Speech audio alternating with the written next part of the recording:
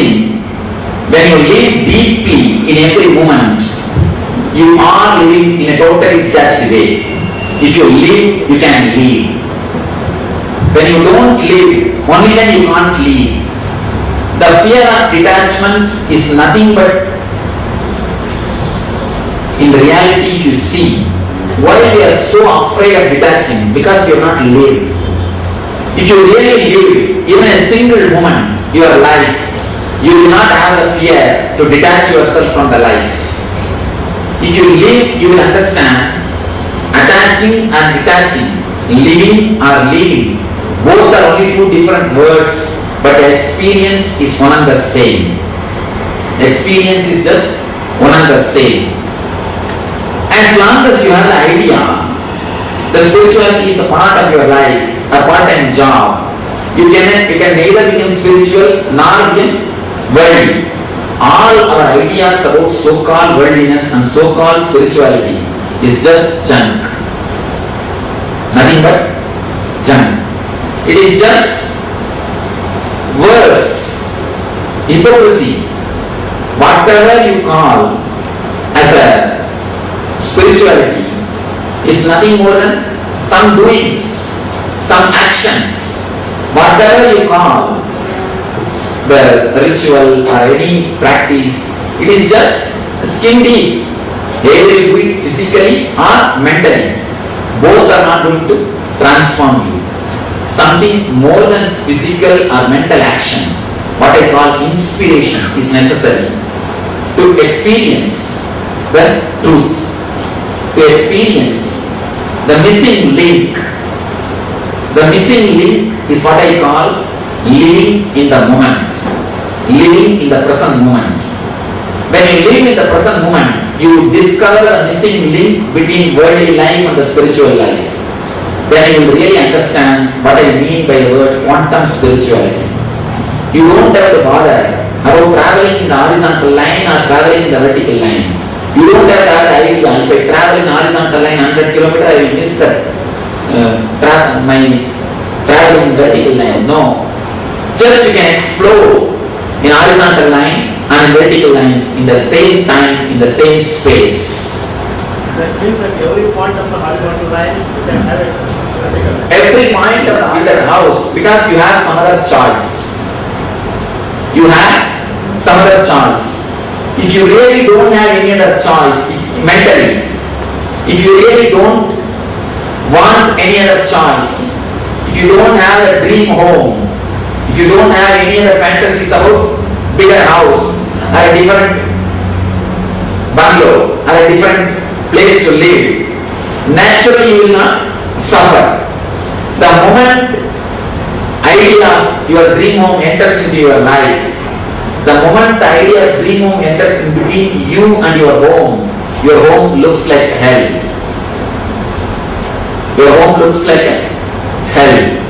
The moment the idea of beauty enters in between you and your body, understand a simple thing.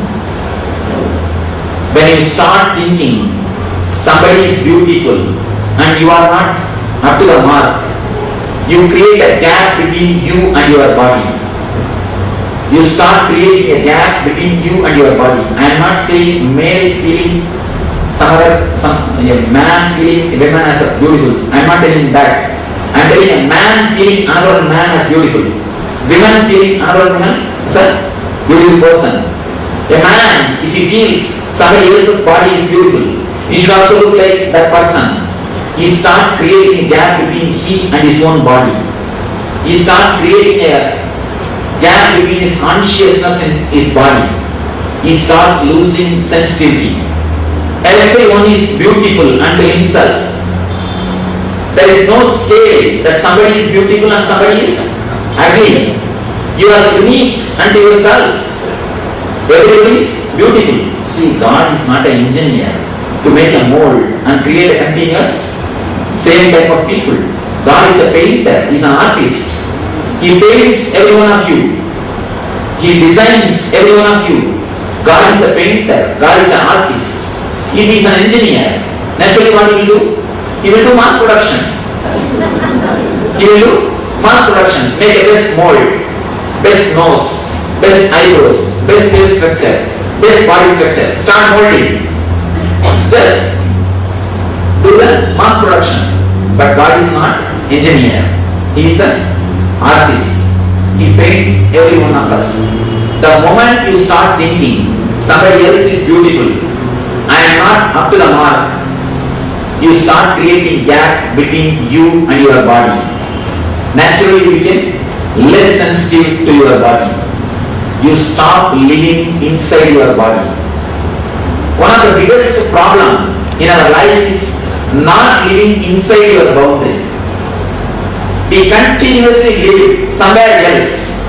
For example, the moment you get up from your bed and start brushing your teeth, you are in the office. You start thinking about the office. The moment you come to your dining table, you are worrying about your evening program. The moment you are in the office, you start thinking about the evening program, some temple or some beach or some program where you are supposed to go. The moment you come and sit in the lecture, you start thinking about your house, when this Swami will enter this course, when I can go back to the house, there is so much to be done in the house. So the moment you go back to your house, you start thinking about tomorrow morning what. One thing you can be sure, if your body is here, you are not here. That has become a way of life. That has become a way of life. If your body is somewhere, you are not there. That has become a way of life. So why you don't live inside your body? The moment you have an idea, somebody is beautiful than you, somebody is nice than you, the moment you start decorating yourself to look like somebody, you start creating gap between your consciousness and your body. Whenever you bring fantasies, dreams between you and your real life, you bring Maya to disturb you. It is you who invite Maya into your life to disturb you. All our problems in relationship is nothing but the expression of our fantasies. Because of our fantasies, we start expressing, we start creating problems. I always tell you, it's a simple thing, please understand. You don't have to renounce what you don't have. You don't have to renounce what you have. Just renounce what you don't have. That is more than enough. This is the simple understanding which you can have about the Maya.